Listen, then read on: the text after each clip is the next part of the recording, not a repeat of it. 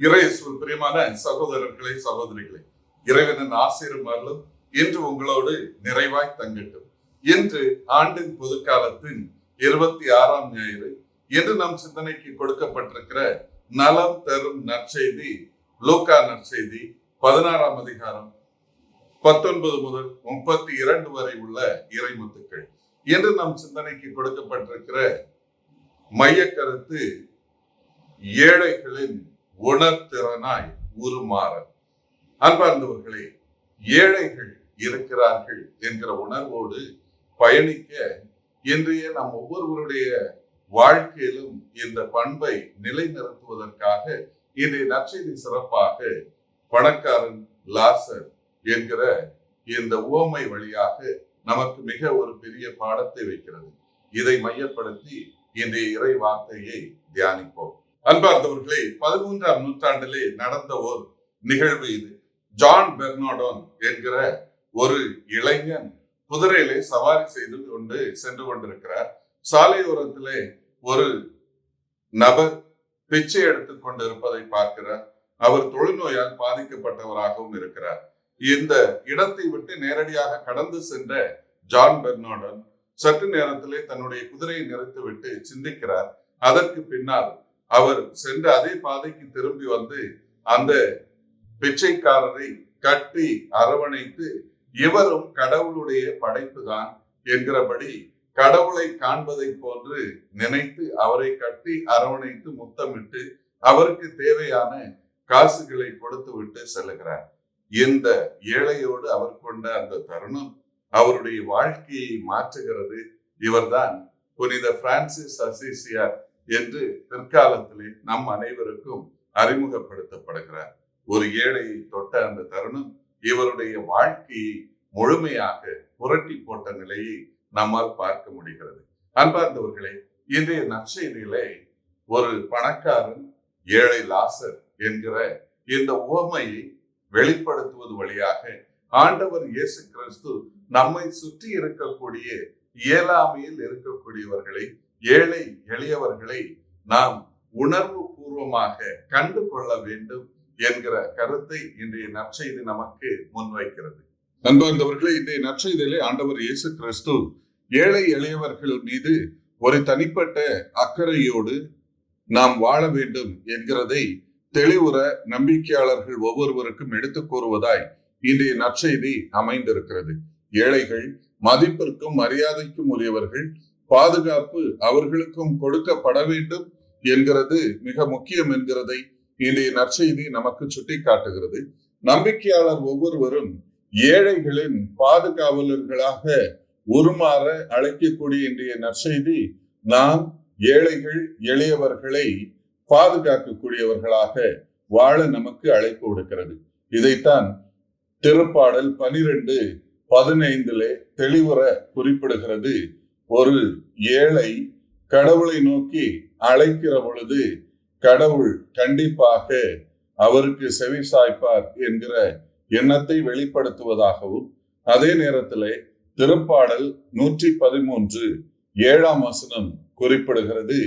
ஏழைகளை தங்கள் இழிநிலையிலிருந்து உயர்த்தக்கூடியவராக கடவுள் இருக்கிறார் என்கிறதை இது நமக்கு எடுத்து காட்டுகிறது. அதே நேரத்தில் நம்பிக்கையாளர்கள் ஒவ்வொருவரும் ஏழைகளை தனிப்பட்ட விதத்திலே கவனிக்கக்கூடியவர்களாக இருக்க வேண்டும் என்கிறது இணைச்சட்ட நூல் 15ஆம் அதிகாரம் 7-8 நமக்கு எடுத்து சொல்லுகிறது. அன்பார்ந்தவர்களை, நமது மத்தியிலே யாராவது எளியவர்களாக இருக்கிற பொழுது அவர்களுக்கு எதிராக செயல்படாதீர்கள், உங்கள் கரங்களை குறுக்கி கொள்ளாதீர்கள் என்கிறதை இது வெளிப்படுத்துகிறது.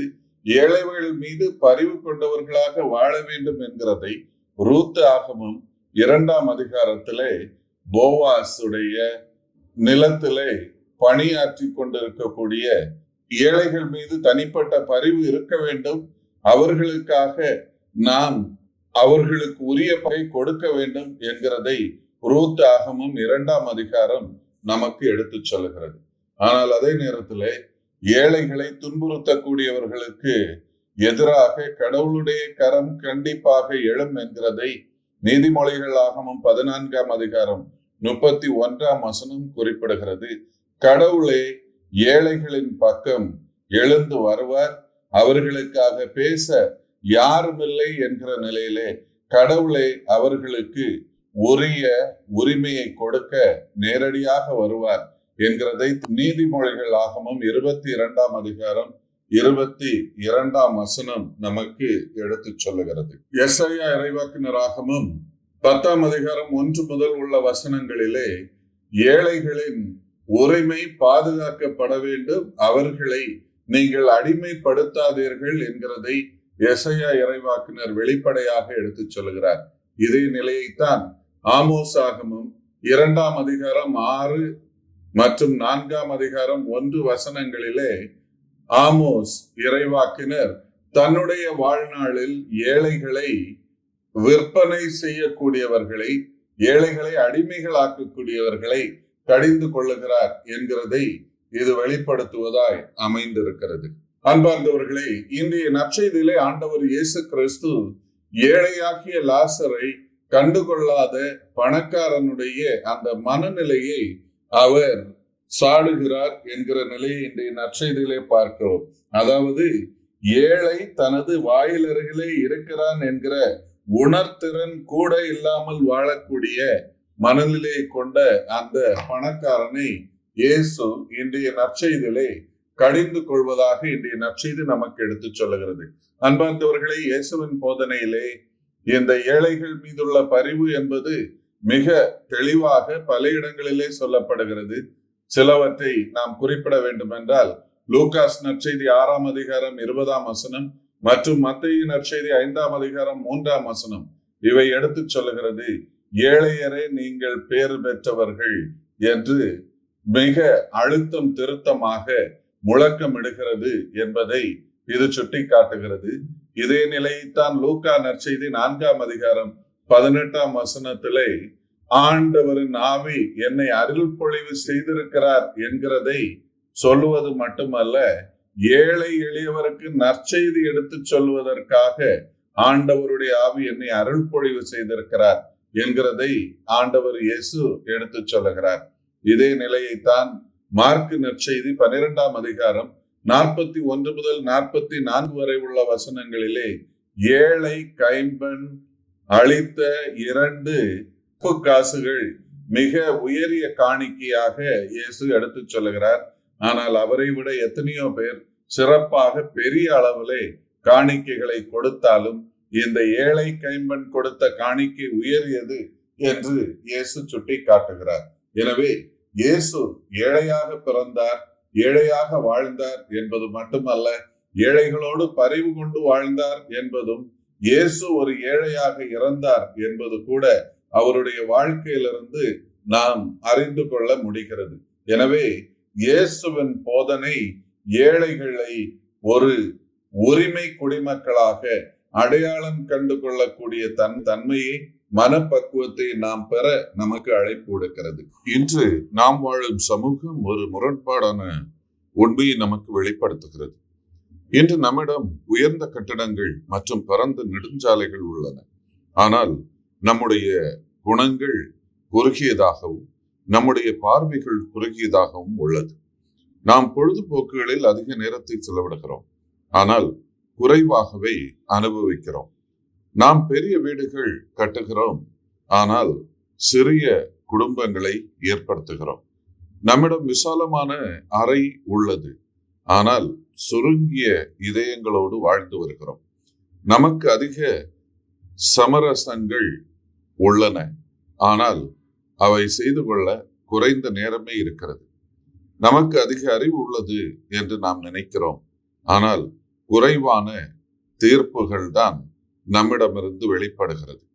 நாம் மருந்துகள் அதிகம் உண்ணுகிறோம், ஆனால் நமக்கு குறைவான ஆரோக்கியம் இருக்கிறது.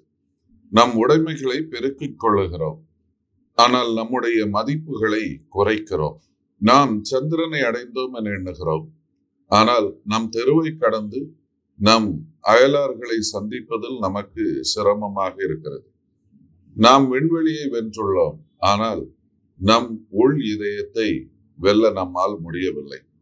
நம்மிடம் அதிகம் வருமானம் உள்ளது, ஆனால் ஒழுக்கம் குறைந்த அளவுதான் இருக்கிறது. இவை அதிக சுதந்திரம், ஆனால் குறைவான மகிழ்ச்சி. அதிக நேரம் உண்கிறோம், ஆனால் குறைவான ஊட்டச்சத்துக்களை பெறுகிறோம்.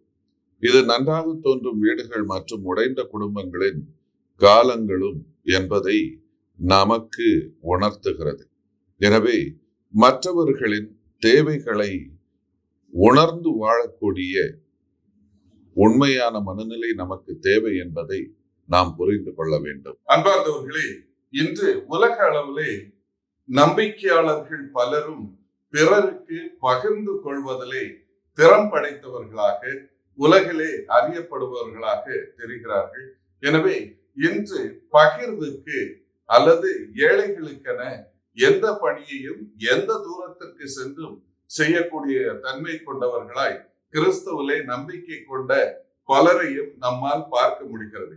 அன்பார்ந்தவர்களே, தொடக்க திருச்சபையிலே திருத்துதர் பணி 4ஆம் அதிகாரத்தின்படி இறந்த நம்பிக்கையாளர்கள் அனைவருமே ஒருவரை ஒருவர் பகிர்வு மனப்பான்மையோடு பார்த்தார்கள் என்பது மட்டுமல்ல, தேவையில் உணர்பவர்கள் மீது ஒரு தனிப்பட்ட அக்கறையோடு அவர்கள் வாழ்ந்தார்கள் என்கிறதை இது குறிப்பிடுகிறது. கலாத்தியருக்கு எழுதிய திருமுகம் 2ஆம் அதிகாரம் 10ஆம் வசனத்திலே பவுலடிகளார் ஏழைகள் மீது கண்டிப்பாக நாம் சிறந்த ஒரு பரிவோடு வாழ வேண்டும், அவர்களுக்கு பகிர்ந்து கொள்ளக்கூடிய தன்மை நமக்கு வேண்டும் என்கிறதை ஆணித்தரமாக எடுத்துச் சொல்கிறார்.